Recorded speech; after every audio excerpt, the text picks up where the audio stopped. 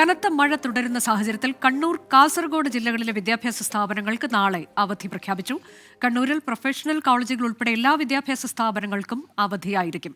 കാസർഗോഡ് ജില്ലയിൽ കോളേജുകൾക്ക് അവധിയില്ല. സജോ ദേവസ്യ വിവരങ്ങളുമായി. സജോ, അവധിയുടെ മുഴുവൻ വിശദാംശങ്ങളും.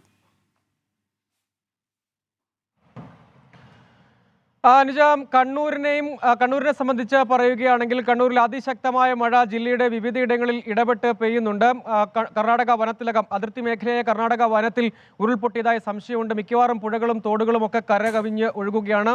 നിരവധി മേഖലകളിൽ താഴ്ന്ന പ്രദേശങ്ങളിലൊക്കെ വെള്ളക്കെട്ട് അതിരൂക്ഷമായി തുടരുകയുമാണ്. ഈ സാഹചര്യങ്ങൾ പരിഗണിച്ചാണ് ഇന്ന് യഥാർത്ഥത്തിൽ അവധി കണ്ണൂരിൽ നൽകിയിരുന്നില്ല.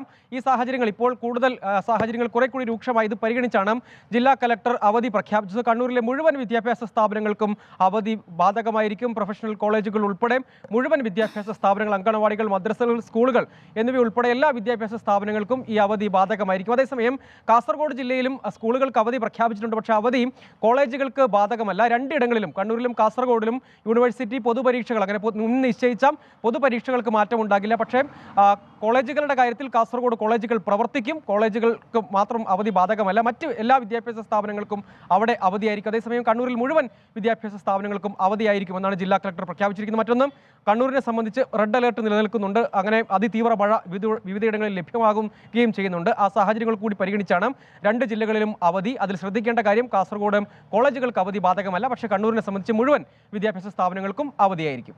അതാണ് കണ്ണൂർ, കാസർഗോഡ് ജില്ലകളിൽ നാളെ അവധി പ്രഖ്യാപിച്ചിട്ടുണ്ട്. അതിന്റെ വിശദാംശങ്ങളാണ് സജോ ദേവസ്യ നൽകിയത്.